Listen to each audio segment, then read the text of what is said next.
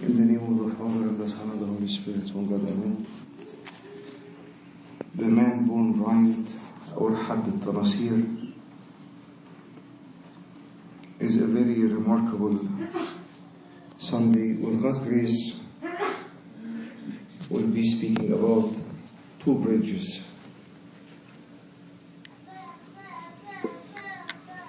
The two bridges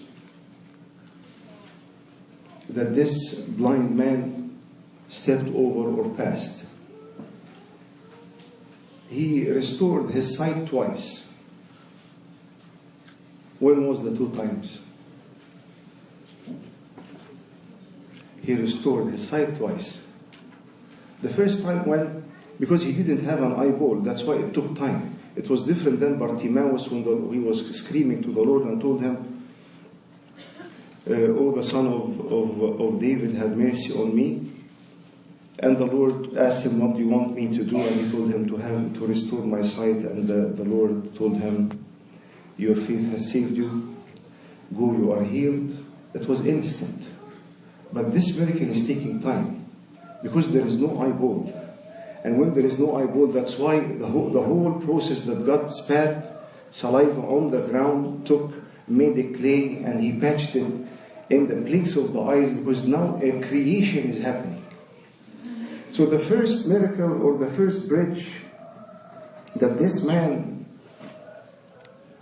passed by, was the miracle to physically see. And it is a miracle to physically see. Look to the amount of, we take a lot of things for granted. We take a lot of things for granted. It is a miracle that all of us, the majority, I'm assuming that they are seeing. It is a miracle. We never give thanks to God. We never give thanks to God for a newly born baby who is healthy and is being able to see. We never, it doesn't, because we take it for granted. Having a healthy baby is a miracle in itself. Having a healthy baby is a miracle in itself. Go to Children's Hospital in LA or Chalk Hospital. We don't count the blessing. That's why we are obsessed and always angry and unthankful. We don't see the blessing that we are in. And I think with the majority of us, we have passed the first bridge. That we are with a miracle. Maybe you don't count it a miracle, but it is a miracle to be able to physically see. The second bridge that this blind man passed is faith to spiritually see.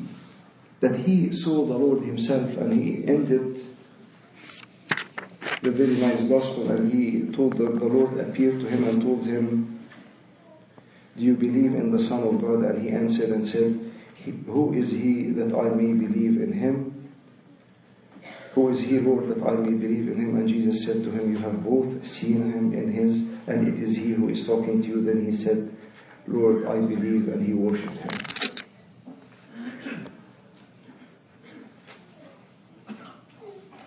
The first bridge, I think all of us should give thanks to God that we have the blessing of seeing. So what about the second bridge? The spiritual bridge that we can see the spiritual life. We can look to eternity. We can look to things that is unseen and miraculous. It's not miraculous, but an amazing coincidence of the events that today also is marking the appearance of Saint Mary in Zaytun, April 2nd. A very great day, very, very joyful day that happened, that changed the whole mood of a whole country, including Muslims and Christians, and people were depressed coming out of conquered from the war of 1967, and plans were plotted to kill the Christians, and things were heading really, really, really south. But God, in His fullness of time in this event, chose that Saint Mary appear, and she appeared for a very long time. And thousands of people have seen her. And then we are saying, "Oh, does God really exist?" If my question to you is, we need to assess and ask God to open our spiritual eyes Even today in the Synaxarium, the mom of the Pope, a great Pope in the history of the Church, didn't want to greet him because she's seeing something. He is looking for the glory of the patriarchate and the rank that he got. But she is not seeing the things that is seen by him and everyone. Congratulations, Mabruk ya Sayyidna, Mabruk ya Sayyidna. She's in tears. Why? Because she's looking to something different. She's looking with her spiritual eye. Now you were focusing on your own salvation, and I was praying for you to be saved. Now you are focusing, you are responsible for the salvation of the whole Coptic community, and you are happy because of the rank. You should be in tears. A mom that is seeing something that is not seen. An eye that is seeing the spiritual, not the flesh. So, this blessed blind man passed the two bridges. He received the miracle of physically seeing. In the same day, he received the great blessing of the faith that he knew God and he started believing in Him. With God's grace, I want to speak with you about this born man blind was a fighter. And you can see him as a fighter from the beginning. And we'll go with the word fight. For those who are, you don't fight together. Just we memorize this word and take each letter as to remind us with the good things about this blind man. So F for faith and forcing yourself. The man born blind had faith, because if he didn't have faith, what is this? You are hearing someone who is spitting and taking clay from the ground and putting it on your eyes, and look what happened, the Lord. And when he had said these things, he spat on the ground and made clay with the saliva, and he anointed the eyes of the blind man with the clay. He didn't ask him, do you want to be healed? So think of this, you are blind, and you cannot see, and you don't have even open place for your eyeballs, and it looks miserable in your life, and now, زود الطين بلة. I don't have this in English. So it is, Abuna, can you help? So when you have a mud became thicker, a mud became thicker or worse. It is exactly the same situation. The mud became even thicker, and the darkness that he is living in is become even overwhelming, and now someone out of nowhere is telling him to do it. Doesn't make any sense. But he had faith, never questioned, never argued with God, never said, why you are doing this to me, but just tell me why. When you answer why, I will go. It is not fair. He never said any of those questions that we always ask. He had a strong faith in God, and he said to him, go wash in the pool of Siloam, which is translated, and he went and washed, and he came back seeing. As simple as that.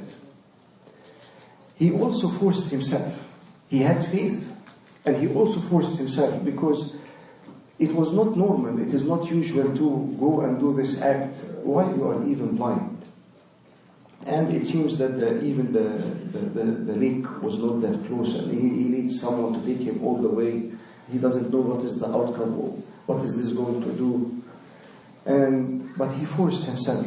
And when we have faith, we also force ourselves and push ourselves towards God.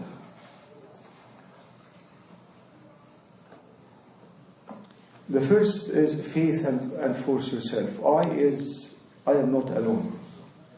طب can you memorize G for gate, the narrow gate, H, humble to know God, T, think no evil. Did you get it? Faith, and F for faith and force yourself, I am not alone, G for the gate, the narrow gate, H, humble to know God, humble yourself to know God, and T, think no evil. He had a great faith. And because he trusted in God, though he didn't know him, he trusted in God. And the faith was fulfilled or well perfected in the end when he told him, I believe, Lord, and he worshipped him. Make this as your daily prayer, because in the surroundings around us, many times we lose our faith. We see a lot of things that doesn't make sense. We see a lot of evil people who are growing and making more money, and evil people who have done a lot of unethical and bad things. They are getting away with it. And people who are born with sickness, and people who are going through hard times, and people who are departed or who has departed through accident or terminal illness, and our faith is being shaken every day, and everybody is saying, is it true, is it true, is it true? That's why the disciples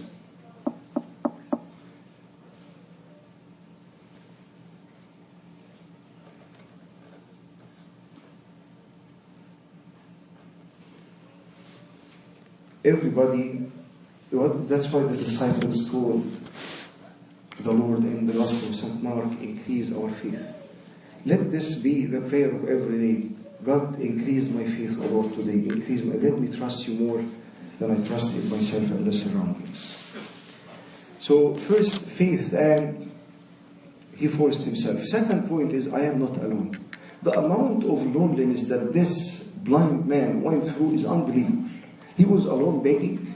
He lived alone all his life because no one wants to be with a blind man. Even, I'm sorry to say, he looks very scary because he doesn't even have eyeballs. And that's why proof of this, that's why that when he had when God recreated or created his eyes again, his neighbors didn't recognize him. Because they saw him with, when they are picturing criminals in the newspaper, they block what? The eyes. Why they block the eyes? They blacken the eyes. Why? Because through the eyes you know the face. You recognize him. So simply without the eyes you cannot recognize the man. And that's why his neighbors were confused and they didn't know who is it. And they asked him, you were really the person who was sitting to beg? He was alone all his life. Not accepted, rejected by people. Even the disciples started judging him and saying, okay, what is his sin? Is it the sin of him or his parents? His neighbors left him and said, we are not going to go in confrontation with the Pharisees. This is too tough. So his neighbors even didn't comment or didn't back him up. And the peak of the loneliness or the rejection was from his parents. Because the parents, and if the Pharisees were able to bring the parents and ask them about all what has happened, they knew the story from the blind man. He went and he rejoiced and he told them, and instead of glorifying God, they were afraid of the Pharisees. And they didn't care about their son, and they said, because they feared the Jews, for the Jews had agreed already that if anyone confessed that he was Christ, he would be put out of the synagogue. Out of the synagogue means out of the Jewish community, out of the business, out of the reference, out of the commissions, out of everything. So the parents couldn't tolerate this. And this left even the man who was born blind and is no longer blind. Even his parents left him. And they defended themselves and they said, he is of age. You can ask him, we are not part of this. So he was lonely all his life when he was blind, and he even continued to be lonely after he restored his eyes and his sights. But what happened? And when Jesus heard that they had cast him out, and when he had found him, so the Lord kept searching for the blind man again. So he went him twice to help him in the first miracle, and also to search for him and to tell him that I am there for you. And in the times when you are feeling lonely, and even now, even online, you will have a lot of pop-ups as if you are alone, if you feel lonely, if you are alone, if you feel lonely, if you are alone, if you feel rejected, مش عارف ايه اعمل ايه. Because it is a high need. We have a high need for us to, we are a social being and we need to connect with people. But the problem is, sometimes even in the time of loneliness, we forget, we keep thinking of the people who left us alone, and we forget that God is there for us, and we are leaving Him. So, always remember that God, when everyone else cast Him out, that God was there for him, and He found him. And God is looking for everyone, and He finds everyone. There was a nice story about Abuna Ibrahim, the lead that departed. There was an atheist young man who was very smart, very stubborn, very well educated, and he never went to church, and every time people are visiting him, they refuse. He refuses even to meet the people. So Abuna Ibrahim, they told him about the guy, and he said, okay, I'm going to him. And the servants in the church told him, you are going where? You are not going to deal with him. You are a very simple Abuna. You are not that intellectually yani. And he told them, pray for me, and I will go to him. He knocked on the door. The atheist youth opened the door. Abuna held his hand. He took him outside. They ran down the stairs. They crossed the tram or the metro line. They went all the way to the church. They bowed down in front of the altar, and the boy collapsed. The youth collapsed, and he was crying and crying and crying. Everybody was not knowing what's going on, and even Abuna didn't know. And when the young man spoke with Abuna, he told him, my dad used to do the same exact thing with me. He used to catch me from my head, take me down the stairs, past the tram, go all the way to the church, and we used to go together, bow down in front of the altar, exactly the same. What is this? God is not leaving him alone. And also it is the righteous prayer, the prayer of the righteous avails much. So, third point is the narrow gate. For the sake of the time, we'll skip this.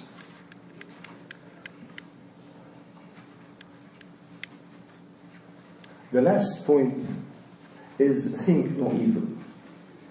The disciples thought evil of the blind man. The Pharisees thought evil of Christ, and they assumed that He is a sinner from the beginning. We know that He is a sinner. And in many times in our life, we start judging people even before knowing them, before dealing with them, before anything, and we even judge the motivation of the people and the intention of their hearts. You know what? She passed from that door, she entered the church, she looked to me in the eye, but she left. This is because 10 explanations. How did you know? You think of yourself, God, who sees the heart of the people. How did you know? Love thinks no evil. Love thinks no evil. Love thinks no evil. We start in this is like a major problem in the church, outside of the church, and even when dealing with other people. There was a guy who was walking, and he saw a shadow of a man. There was a guy who was walking, and he saw a shadow of a man. And the shadow of a man is a man making like this, and he's just seeing the shadow. So there were two people who were passing by. The first said, this is a man holding a gun. And the second said, this is a man who is praying. Because you cannot, even when he's just seeing part of the hand. It is what you have in mind. What is your perception? If you are afraid and you have seen a lot of horror movies, You are thinking that this man is holding a gun. Love thinks no evil.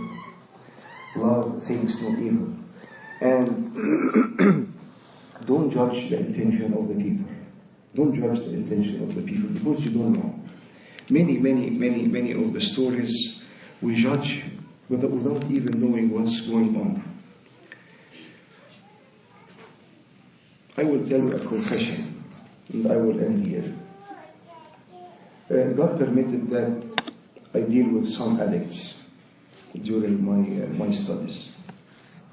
And I said, Lord, I'm going to see addicts, and they are addicts already, and I had a list of judgment, very long list. And they are doing this, and they are stealing, and they are not. Then God permitted that I meet a guy only for one time. And he was an addict, and he was a drug dealer, and he was a gang member.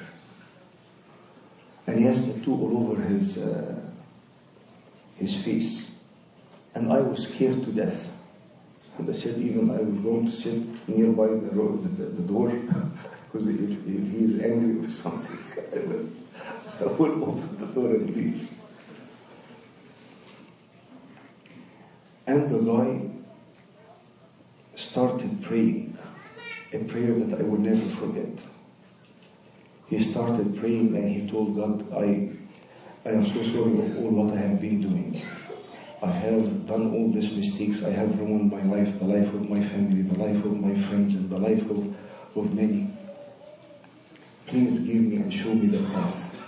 Lead me that I will know you and that I will change my life and I will stop this life that I am in. And he was exposed to a huge amount of trauma in his early childhood. A huge amount of trauma. That's why he couldn't tolerate the pain and he left this life. And I think God was judging me personally because I went in with all this prejudgment against this guy who turned out to be more righteous than me, because if I had been going through the traumatic events that he has gone all his life, I don't know what I would end, or how my end will be, or how it would look like. Love thinks no evil. Don't prejudge people or label people and judge their motives or their intentions, because simply you don't know. And none of us knows anything about anyone. If you have another story, I'm just telling you how we quit church. I was praying in a church, and a guy came after the liturgy. It is the last few minutes in the liturgy. And I was finishing the blood. We finished the body. I was alone, finished the body. The last few seconds before finishing the blood. And the guy running, Abuna, can I take communion? And I looked to him. But he was genuinely wants to take communion. So I told him, okay, no problem. I gave him communion. And after the liturgy, he tells me, Abuna, I have been lost. I took the address of the church. I have been rotating around the church for 45 minutes. What happened is, I judged him from the beginning. He is coming later, why he should take communion, and we don't know the rules of the church. But he was diligent. And I don't think that if I am not a priest, will stay searching for the church for 45 minutes, not losing hope and going home. May God give us and give each one of us that we will learn from this great fighter, the man worldwide. Now, I forgot to tell you this nice saying.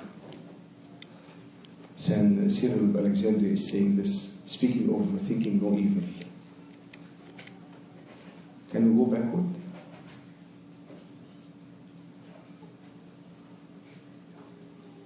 This is the last slide before the end. Yes, we should avoid speculation and instead use the time of God has given us to fulfill His commandments. Saint Cyril of Alexandria is saying, stop thinking evil, stop making speculations about people, avoid speculation, and instead use the time God has given us to fulfill His commandments, as if this is how Saint Cyril of Alexandria see the time, that God is giving me this time to fulfill His commandments, this time to fulfill His commandments, this time to fulfill His commandments. May God give me and give each one of us that we will have the faith and force ourselves. You are not alone. Remember the narrow gate and humble yourself to know God and think no evil. To whom is the glory forever and ever.